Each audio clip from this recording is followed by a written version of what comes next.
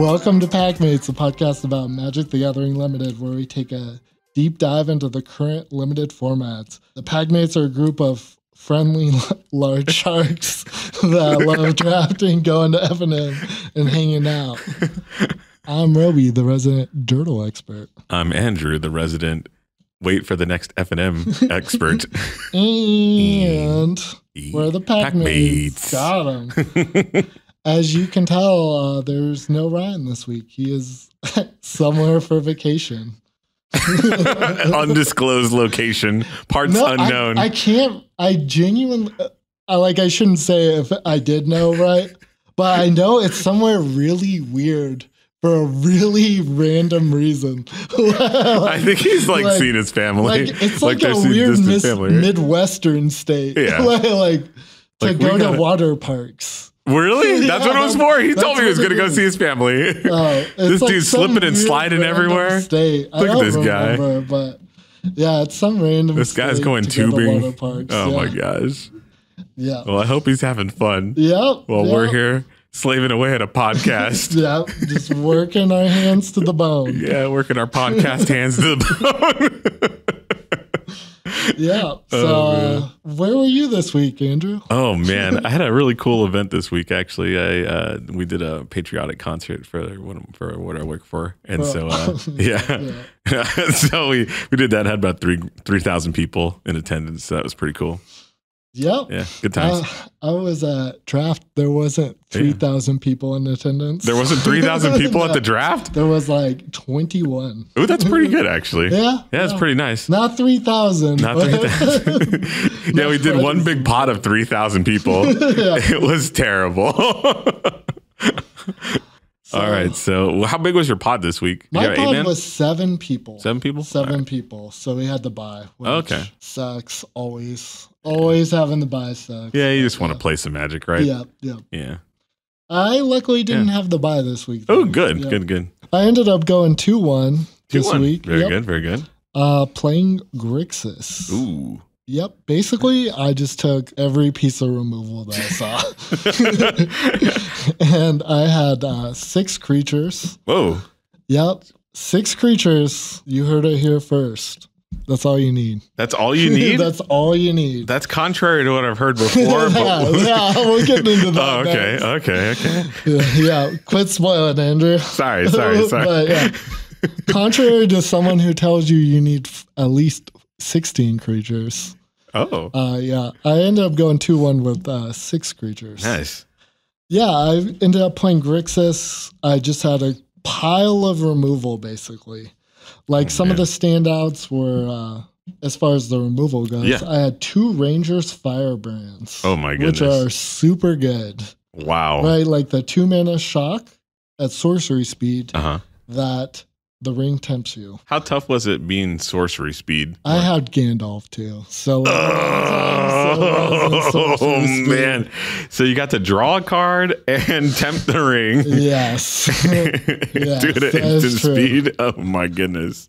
Yeah, it's very good. And can go face, which is not irrelevant. I did win games off the back of I had a game where I won double Rangers Firebrand to the dome. Oh my gosh. Yeah. Super dumb. Yeah. So what put you in Grixis? I was forcing it. But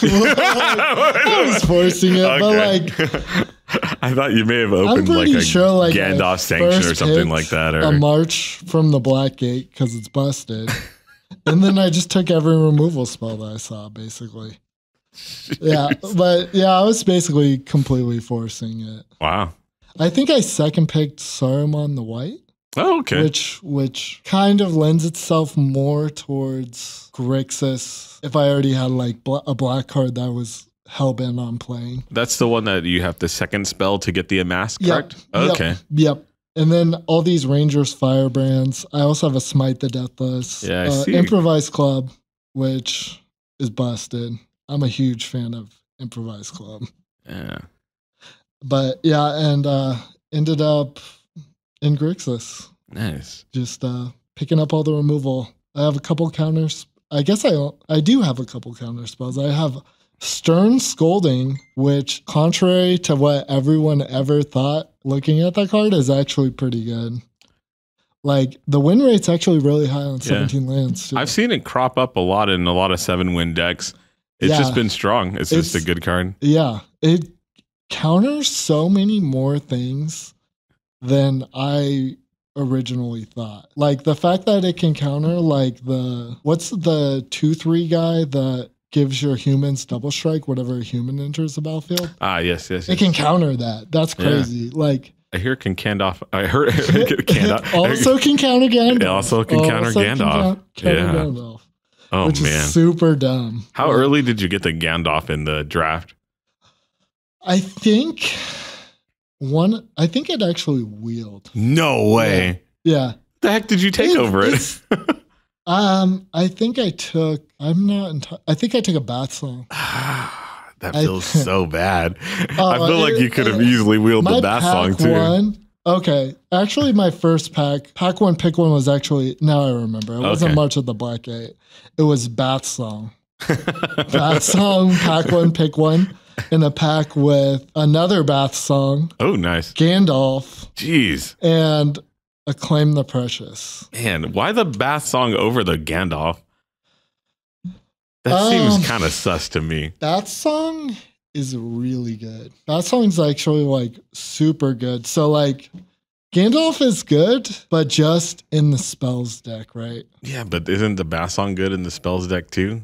It's better in the spells deck. Better? And yeah, okay. I think so. Like the fact that it helps you recycle your like super important instants and sorceries.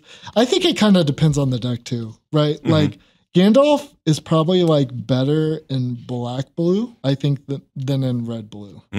Because like making your Lash of Balrog's instant speed is like broken, right? Yeah. Like there's just like more instants. There's more black spells that I would want to cast at like instant speed than probably red spells, honestly. Because like what red spells are you going to cast at like instant speed? Like Ranger's right? But like I'd rather be able to cast like Claim the Precious. Oh, I see. Yeah, like Torment of Golem at instant speed. Dude, Torment of Golem's that's got to be nice. Like after you draw step after you draw. Yeah, really. Ooh, that's got to feel good. I definitely did do that. Did you really? Time, yes. No way. That's so good. Yeah. Ooh, that must have hurt real bad for them. That's really good. Like even Quarrel's End is kind of good at instant speed. I'm sure Sanction of Gandalf's hella good at it. Oh yeah, I mean that's super dumb. Okay. Yeah. I didn't realize the Quarrel's End was a sorcery until right now. Quarrel's End, yeah. Yeah. Wow. I guess it's still really good, and I think it's really important in like the spells decks because like I understand you want good card quality, like how many of the effects, because you get to loot a little bit, right, with that card. Yep. So the thing about this though is it justifies you going up to 16 lands, which I don't necessarily think you want to do unless you have like a ton of card draw. Like I think this is like a 15 land format. But I'm also insane. I mean, you also got like a ton of 4-drops, but I see you had of your creature suite. You had a very spicy creature here. Yes, that would be Pelargir Survivor, 2 mana for the 1/3 peasant that you can tap to add 1 mana of any color. Spend this mana to cast an instant or sorcery spell. And then 6 mana, tap, target player mills 3 cards. Oh. And, yeah, which is a relevant ability, believe it or not. Did you actually use it in the tournament at all? Actually, at one point I did. Wow. Against the Palantir deck. Oh. Yeah. Wow. The Scry deck, right? Yeah. Because like he scryed 2 cards to the top. That's so good. And then I milled it with that. Well, that's got to be pretty. That's got to be one of the sicker curves, right? With the with the Pelargir Survivor into the Torment of Golem. Yeah, and like I'm Grixis, right? Yeah, and with very little real meaningful fixing. I had 1 Oliphant and 1 Wizard's Rockets. Oh, geez. Which you never actually want to sack your Wizard's Rockets to actually like fix your mana. you would much rather just sack it to your improvised club and go face. Oh, jeez. Right? Yeah. Like, I think that's like that's a good combo. The dream. Yeah. But yeah. Definitely a big old pile of removal. Peligre Survivor, though, like really enables splashing off-color sorceries. So, like, let's say, like my Torment of Golems, or my sometimes, like, whenever you're playing a three-color deck, at some point you're gonna get mana screwed. Yeah, of course. It's just how it goes. Smooths it out. Yeah. But like the curve of like 2 Survivor into Torment of Golem on 3 is like busted, and I think is like one of the strongest curves you can have in this format. But yeah, I ended up going 2-1. I lost to aggro. I lost to like a really, really, really fast. Like my opponent played like 5 1-drops. Like I wouldn't think you'd be soft to that just because of how many 1-drops you had. I killed so many. Yeah. I do have like the most aggro curve. Like I have like literally 8 1-mana spells. And I still lost to aggro. I think I just needed a Black Breath. Oh, that'd be good. Black Breath, or there's another one too, the red one that can destroy an artifact or deal 2 to up to 2. It can deal 1 damage to 2 yes. Very good. Into the Cast fire. Into the fire. Yeah, that thing's good. Yeah, I saw one. I ended up taking Improvised Club over it. Oh, well, I mean, yeah, you do that, right? You gotta take Improvised Club. Yeah. Fort of the Dome. That's not even close. Yeah, but yeah. Ended up losing to that in game 3. I won game 1, lost game 2, and then got curved out and mana screwed. But damn, I hate variants. Yeah, I hate it. No fun. It sucks. It happens though. I mean, it's just it's part of the game. Ban lands. Yeah, we should. Oh man, yeah. Just give me that variant where I can place cards face down. Yeah. Oh man. Trap cards. Yeah, my trap cards are set. Oh man. No, this looked like a really sweet pile. It's unfortunate that you kind of got a little screwed against the dumbest. So I didn't mention I had Bath Song, 2 of them. So that enables a Bath Song loop where you use one Bath Song to shuffle the other one back into your deck, right? Like, and you get also Gandalf Sanction, right? Like that's your win con basically. But yep. Man. Real dumb. Really dumb games. So what was a little bit more powerful in your deck? The Bath Song or the Torment of Golem? Bath Song.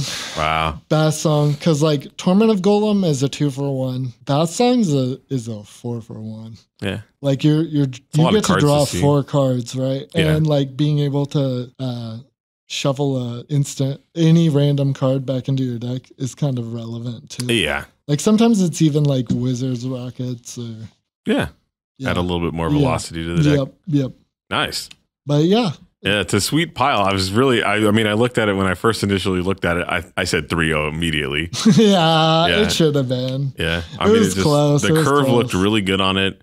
You know, even with the 1-3 that I didn't understand until I started getting deeper into the deck, and I realized, oh, that's pretty cool, and it helps trigger the Sauron as well. Yes, it does. Does. Like giving you that extra mana. And like, I didn't even get into how good Saruman the White is when you have 9 1-drops in your deck.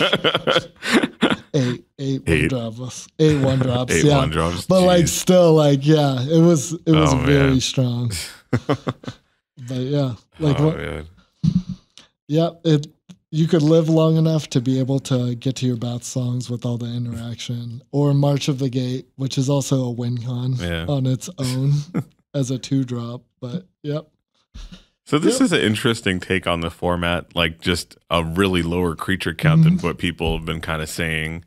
You know, a little higher creature count. I mean, this is way overboard on removal. Like we really pushing the gears. But I kind of like this. You know, it looked really sweet. I think that this is a recipe for like, I think there's a way to draft this deck in some form of variation, like a 6 to like 8, 9 creatures. Yeah. In every pod. I think that there's like a way to do this deck. Yeah. Like And most of the time it's Grixis, but we can get into it in a little bit. But yeah. Okay. Yep. Yeah. 16 creatures is a lot. 16 but yeah. Is a lot. Yep. 2-1. Yeah. Very I nice. think that's all I have to say about this. But cool. Oh wait, I have one funny little story. Okay. About I played someone who had Palantir, the 2-mana artifact that makes you scry 2, put 1 on the top, and then your opponent gets to choose whether or not you mill or draw a card. And my opponent played that on 2 and hit, and I was like, mill. Hit a 7-drop. Oh gosh. Hit a 7-drop. Oof. Went to 13, and then and then on turn 3, I was like, mill. 2 6-drops, 2 of the land cyclers, 2 of the white land cyclers. Oh man. Went to 1. Oh my goodness. Went to 1, and I was like, all right, I learned my lesson. Just draw. Just draw. I ended up winning the game by 1 life. Did you really? Yes. But I hear that's an achievement. I did take 19 damage off my gosh. By turn 3. Oh man, that's funny. Real. Palantir is just so good. It's just, yeah. Oh man. I shocked myself that I was able to pull that game off. Like, damn. Real stupid, but yep. I think that's all I got for this deck. But so this week we had some cool Magic news. Or sad news for people who were on the hunt. But we saw this week that the One Ring was actually pulled. The 1 of 1 gold One Ring has been pulled and authenticated actually by PSA. PSA graded. Yeah, PSA graded. It's funny that a 9, it got a 9, not a 10. You know? Yeah, that's funny actually. You know, like even in the promo photos for it, it was actually like curling. Which was actually just hilarious. That's horrific. So it's like you're just getting pack fresh, 1 of 1, still couldn't get a 10. Brutal. That's funny. That's super funny. Oh man, how do you feel about that? Just like I actually really, really hate the entire 1 of 1 ring thing. I actually think it's like the most detrimental thing to Magic. Whoa. Yeah, I actually. That's a hot take. Yeah, no, I think it's really bad. Like. Kind of all like the way that Wizards rolled this all out, like I think it's like super disingenuous and like because like there were like multiple runs of these boxes, right? Yeah, and then they also confirmed that it could be in a gift pack. Yeah. So we still have any collector's booster, you know? Yeah, any random collector's booster. So like I don't know. Like, do you think the Wizards cooked it and didn't put it in the first? I don't know how you randomize that. I mean, you just kind of and like there's no governing body that's preventing them from doing that. Yeah, right? exactly. Which is, I think is just scummy, right? Like I don't like as a concept. I kind of like these serialized cards. It's something to hunt for, and you know, like I'm in more of the booster drafter kind of place in my Magic consumption. And so I'm kind of sad that we don't get any serialized cards. Like Wizards, y'all listening, give me a serialized common, like in my boosters. I'm fine with it as long as like it doesn't affect my drafts, right? Like it doesn't make my drafts cost way. Like I just want to have like a serialized common. Like I don't need like a uncommon. Yeah, we can have serialized commons in booster drafts. Yeah, like that would be fine. I think that'd be kind of give a little something to the people who draft it every week for the drafted man out there. That. I just don't. I don't like the gambling because like this like aggressively raised the prices of boxes. Collector booster boxes got up to $500 a box. They did, yeah. Which is obscene. Like I don't know. I just don't like it. Yeah, I thought it was kind of flavor wise. It was definitely if you're gonna do a 1 of 1 of some, if you're gonna do a 1 of 1, this was definitely the time to do it. I was a little sad, honestly, that it was kind of found. I thought it'd be kind of cool just in the lore of just if it was never found, and it's just like the mystique of that. I mean, the boxes probably would soar to like $700, something like that, as time went on, But I just kind of like the idea of just some kid just like pulling it, or as their parents like buy them a pack of collector's booster for their birthday. They're just like, just get $2 million card. Yeah, they're just like, all right, sleeve it up, whatever. I'm just gonna play with it, but my friends don't even understand, like how valuable it is. It's just like kind of cool. Just like I'm putting my shoebox now, just like sitting on it. I do like Kaladesh inventions and stuff. Like, I've definitely like as a brand new player, like in the first 5 booster packs that I ever opened, I opened a Kaladesh invention. And that was cool. That's pretty neat, like, yeah. I don't know. I'm like afraid that this is going to ruin like Magic forever. Like we've already gotten to the serialized cards already. I'm a little doomered about it. Like, well, I mean, do you like it? I mean, it's not really crept into like our kind of realm of like limited stuff. Yeah. You know, unless I've been advocating for some high roll drafts, by the way. So like now it's going to severely hamper. Yeah, it's going to severely hamper that like kind of high roller thing I was going to try to do. Where I was like, well, we still haven't found the ring yet. So y'all would just like, how about we just throw another collector's booster up on top of here and do some drafting that way? But obviously now I can't lobby for that because it's not as cool and like, you know, you can't just crack $1 million card, you know? Well, like, I don't think like, so yeah, that's just what I hate about it is like the collector's boosters are like not very good value at all. Like there's not that many good cards in this set that like warrants the high price of that other than the one ring, right? Like the price of cards in this set are like shockingly low. Yeah, like rare is like one of the most sought after cards aside the one ring. Yeah, Orcus Bowmaster, yeah.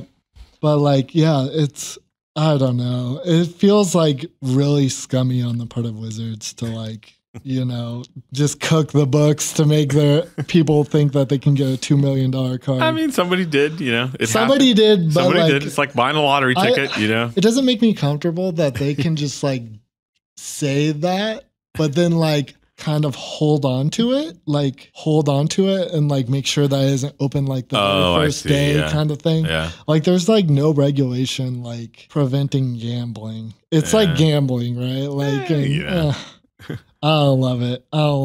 Yeah, it's just like cracking something very interesting. Keep gambling out of Magic, even though Magic basically is gambling. Yeah, I mean, it's a trading card game in the end of the day. Packs, right? You know, packs, rares, things like that. It's just a little bit more rare.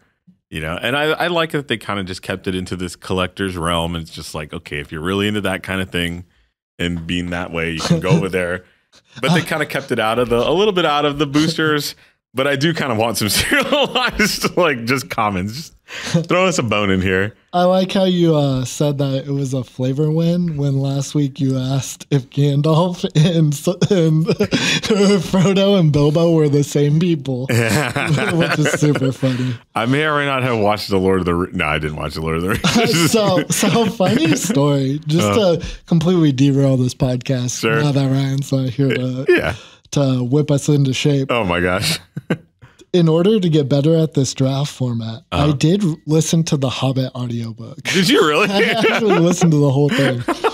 And I think that's why I went 2-1. And last week I went 1-2. Oh my gosh. I think I just need to read another book to get that 3-0. So are there actually synergies between the hobbits like being together or something like that? Like, you know. So I'm not entirely sure because I didn't read the Lord of the Rings yet. Okay. So like I still gotta listen to that one on audiobook. I heard somewhere someone was telling me there's like a lore thing about like father-son kind of stuff going on here where it's like they kind of work together in a way, like a father-son duo or something like that. They're kind of synergistic with each other, which is kind of neat.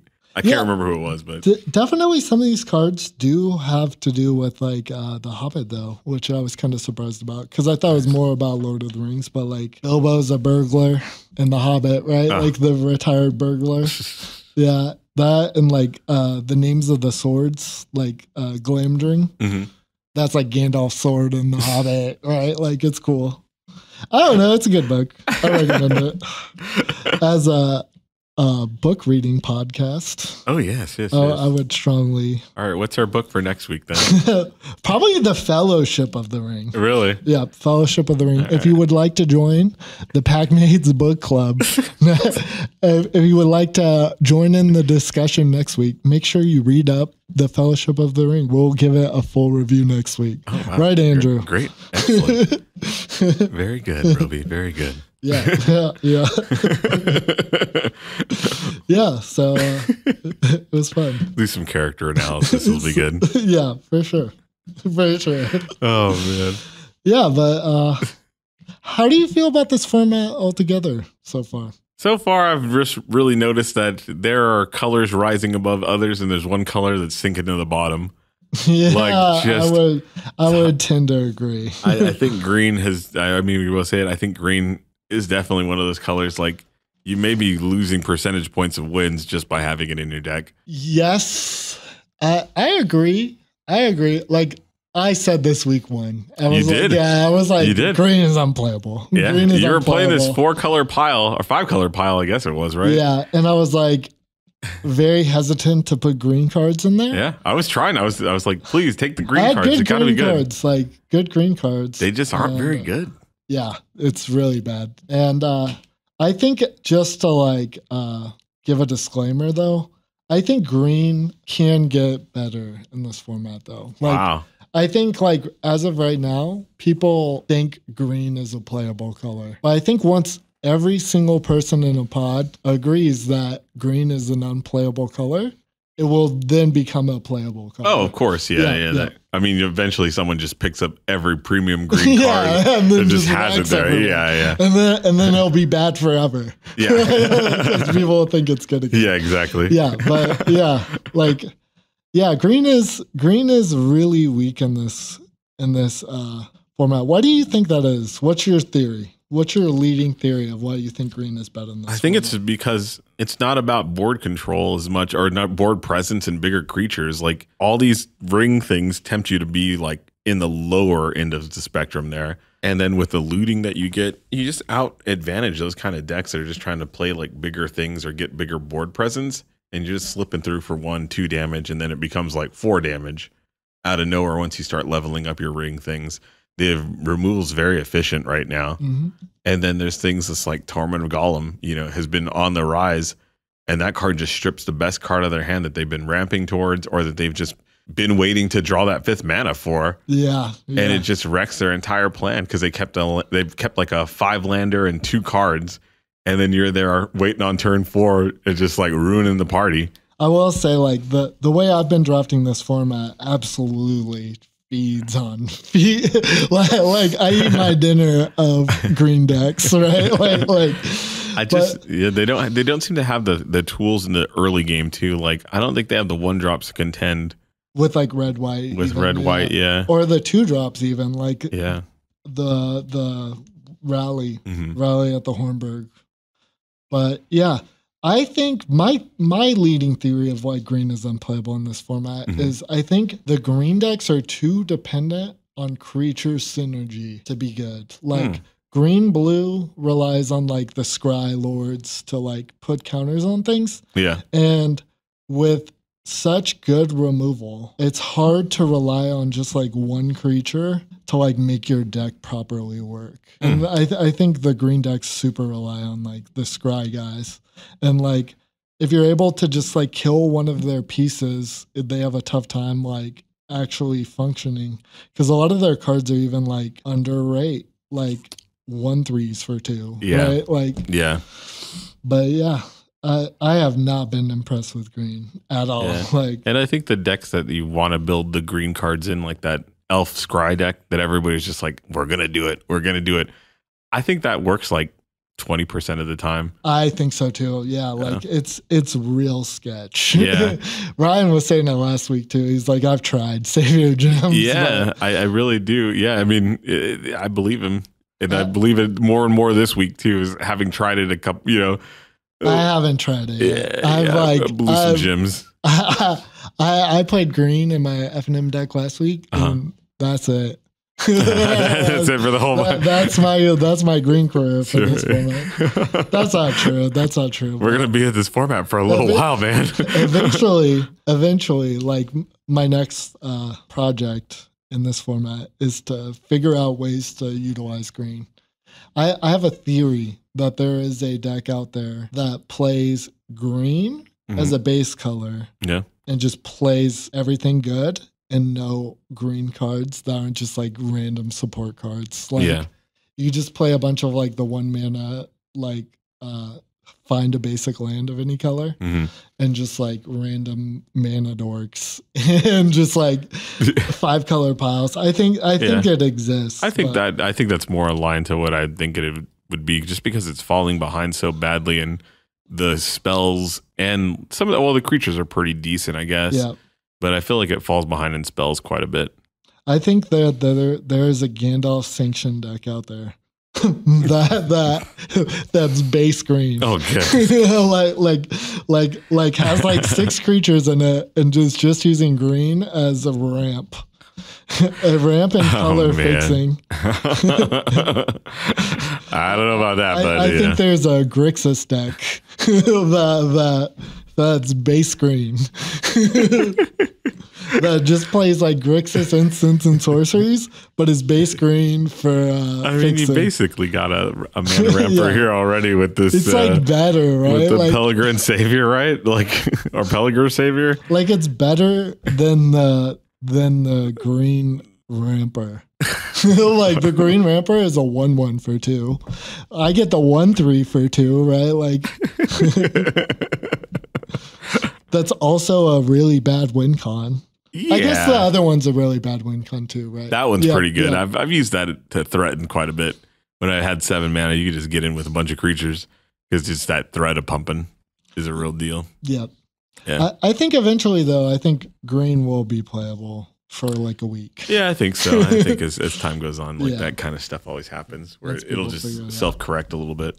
But so what's the boogeyman in this format? What do you think is the it's probably just like black-red, right? Yeah, so I'm a little bit more optimistic. I think it's Grixis. I think there's like any of the Grixis color pairs, black-red probably being the best, but I also think red-blue and red-blue and blue-red. I just said that. Blue-black. Blue-black, are also okay too. Yeah, that seems good. Yeah, I think if you're anywhere near those colors, I think it's pretty good.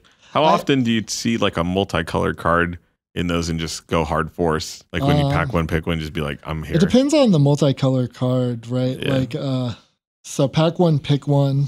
So like, it's hard to say because it's like week 2, right? And I've only done like 20 drafts, right? Oh, only 20 drafts? Jeez. Like you see a Gandalf. I haven't done 20 drafts. I've probably done like 8 or 9. Like you see the Gandalf sanction and a Bath Song there, you know? Bath Song? Like, what do you take over that? Like you got those 2 in a pack. What do you take? It's tough. That's actually a tough one. Because like, you need both, right? Like you want both. They both go in basically the exact same deck, I think. But if you had to choose one, I'd probably take Gandalf Sanction and Hard Force. Yeah, okay. Just to cut it off. Exactly. Yeah. So I think that. So last week Ryan said that you need 16 creatures and to tempt the ring. Yeah, he was giving his recipe for a gumbo. So as soon as that happened, I went home. Okay. Drafted 16 creatures, 8 things that tempt the ring, and 3 removal spells. Oh man! And went 0-3. It was like, I hate this format. I'm never playing Magic again. Oh my gosh! No, we didn't get that far, but definitely just went 0-3. Like, could be a user error, could be a recipe error. You know, maybe my recipe was just wrong. Oh my gosh! So then I just did what I always did and drafted janky removal piles. And I ended up trophying 3 times this week. Oh my gosh. So I have a little bit of experience just kind of doing this kind of thing of basically just drafting removal piles. And I thought... Were they all Grixis, your trophy wins? Yes. All of them were. Every single one? They were all blue, black, and red. Oh, okay. But they were all some variation of those colors. Wow. Yeah, no white. Jeez. No white, no green. Wow. Don't need them. They're bad. Wow. I think white is an okay color for shadow summoning, and that's it. Like, basically, like, shadow summoning is so good that, like, you can splash that. Yeah, but, it's like, pretty strong. You can splash that in Grixis, and that's fine. But, yeah. Yeah, so since I thought maybe the recipe was wrong last week, I thought I might just go ahead and just give you guys a new recipe. It may be for a different person, you know, like Ryan kind of gave you like the aggro recipe. I thought I might just kind of walk through and give you a little bit of a recipe on how to draft control in this format. So, like, I think the number one thing to look for is just premium interaction. Like, I think that's what you need a mass of to really build a strong control deck in this format. And there are red-black decks or red-blue decks that, like, this is more of the blue-black kind of recipe, but it also works for red-blue a little bit. So there's definitely, like, different variations of these decks. But I think as far as like the control deck goes, I think you just want a mass of removal, like a mass of interaction that also gives you some sort of value. So you want as many cards in your deck. Like this is like basic stuff, right? Like you basically just want as many cards in your deck that do two things. Okay, so you just need so high like, impact kind of 2-for-1 cards. Yeah, for sure. Like a good example of that is like Smoothing of Smeagol, which like returns a non-token creature to its owner's hand, but also tempts the ring, which is like a very strong win con in these decks. Because like for the most part, I'm only playing anywhere between like 6 to 10 creatures. So like, but that's not necessarily always the full story because like a lot of the blue-black stuff amasses. So like, let's say Deceive the Messenger, like probably the best combat trick in this entire format. The 1 mana instant, target creature gets -3/-0 until end of turn, amass Orcs 1. Like, I think it's still super underdrafted. It's like real easy to get 2 or 3 of them. And helps shore up a lot of really, really bad matchups. I can imagine it really slows down the aggro matchup there. Yeah. So like 1 Deceive the Messenger beats like trades 1-for-1 with like a Rally at the Hornburg. Oh my gosh. Yeah, because you like blank 1. Yeah. You like blank it and then block it with your 1/1. Yeah. And like prevents a lot of like random lethal attacks. Like it's a really strong tool in these decks.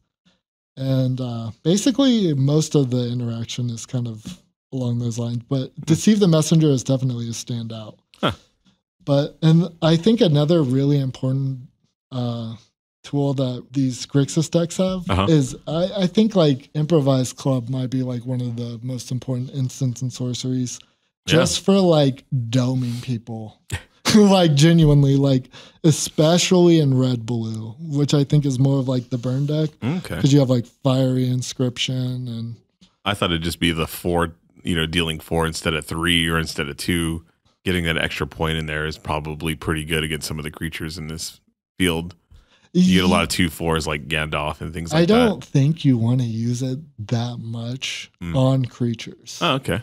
As far as like especially red-blue. Like if you're playing like red-black or maybe like a red-black deck that's or like a blue-black deck that's just like splashing Improvised Club. Yeah. I think you're more likely to use it as like actual removal, but especially in red-blue, you want the Flamesmith, the 2/1 that domes for 1, and the Fiery Inscription.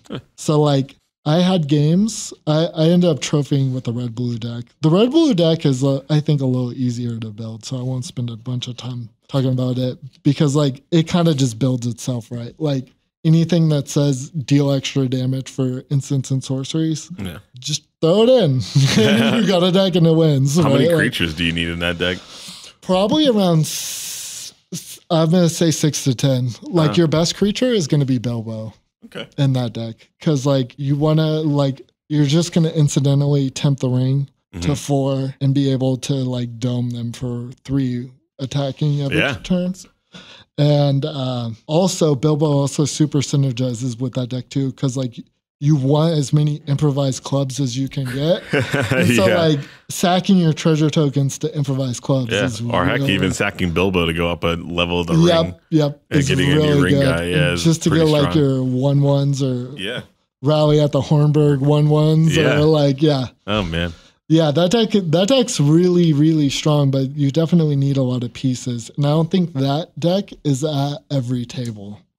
But I do think that there's a variation of a Grixis deck that plays like 6 creatures that can win every draft in every pod. It seems like you could just kind of get this deck kind of all the time a little bit, you know, A little some bit. sort of I have variation 0 of it. rares, right? Yeah. Like, you just need to lean in on your uncommons. Like, your uncommons are kind of like your bread and butter of this format, I think. Yeah. Like, March of the Black Gate, you can lean into as a win con. Gandalf Sanction, you can lean into as a win con. The Bath Song, you can lean into as a win con, right? Like, just getting 4 cards, like, for 1 card is just so good in this format. Jeez. Especially with like it being a format kind of like Phyrexia Oval B1, like where like you don't want to ever be flooding or else you just die because there isn't enough stuff to do with your mana. Yeah, exactly. Yeah, but yeah, so you need a bunch of interaction and build around your uncommons. I think you need a couple creatures, like, but I don't think you really have to prioritize creatures. Like, you never have to prioritize creatures that don't do anything for your deck, I think. Like, the survivors are a creature you probably should prioritize. Like, the 2 mana 2/1s that ping for 1, I think those are okay to prioritize. But for the most part, like, these aren't really cards that people are playing. So for the most part, like, your biggest focus needs to be drafting around all the interaction that you find. Okay. So you pick up all the interactive spells, all the removal. All of them. Right like, off the first bat. All of the interactive, let me preface this too, like interactive instants and sorceries. Yes. Okay, so like there is like enchantments that like tap a creature. You can't play any of those. They're all bad. They're all terrible. Like, jeez. I can't even tell you how many games I've had where I won through what's a 2 mana enchantment that gives something -3, minus okay. And then at the beginning of your upkeep, pay 2 life or exile that creature. Yeah, it just seems kind of absolutely unplayable. Like, don't put that card in your deck. Like, I had games where I won because of that. Because their Bilbo wasn't able to get in on my 2/2 because they made it an 0/2. Right? like, and they couldn't get that treasure token to fix their mana, right? Jeez. Like, definitely like terrible. There's too many good sack outlets between Lash of Balrog and Improvised Club. Like, you're throwing by putting those cards in your deck, genuinely. Especially the blue one too, where like they can remove a 1/1 counter to untap it too. Like the pacifism, the blue tap doesn't even like keep them tapped forever. If they can put 1/1 counters on their things, you're screwed. Like, oh my gosh. It's terrible. Yeah. Or if they have the blue untapper guy, they can just untap their creature and swing in. Like, it's terrible. Yeah. I'm not a fan of that card at all. So instants and sorceries, Wizard's Rocket's really good for these decks because a lot of times, like, if you aren't able to just find 2 colors, if you aren't able to find enough removal in just 2 colors, like you can just splash the 3rd. Usually that's white if you have to go outside of Grixis for, like, let's say like the white removal. Like, Hobbit Sting isn't super good in Grixis, right? But with 6 creatures in your deck. Yeah, just lean into your synergies. And seems pretty good. Oh, man. Yep. How's on a scale of 1 to 10, how fun is this format for you right now? Where you at? When I'm able to draft this deck, like a 6. A 6? Probably like a 6. I'm not a fan. You're not a fan of this? Oh, man. Yeah, it's such a bad follow-up to March of the Machines. I loved March of the Machines. Like, genuinely, like, that was just so fun. I think a lot. So this set is very much a like kind of like build on rails, kind of like all the synergies laid out there. Yeah. All the rare, like 50% of the rares are bad. like there's a lot of really bad unplayable rares and mythics in this format. Mm-hmm. And I just don't like it as much, for sure. It felt like in March of the Machine, like every rare was kind of playable. Wouldn't you agree? Like, I think it was pretty good. I mean, it was a really good set. It's a very hard thing to come off of a set that was one of the better draft sets that we've had in a long time. Yeah. You know, March one of the funnest too. Like, yeah, like you still had like all the excitement of like a certain percentage of time. You just had like Luris as your companion. Yeah, like there was so much cool, wacky, deep synergy. Yeah, between all those cards, and now there's like no cool, wacky, deep synergy at all anywhere. Yeah. Like in this format. And if you try to do it, you get aggressively punished because green's unplayable, right? Like, I don't know. I'm not as high on it. Well, what do you rate it on a scale from 1 to 10? Right now, having played it a couple times, played a little online, I think it's somewhere at a 7 for me. I think sets like these tend to be some of my more favorite sets, actually.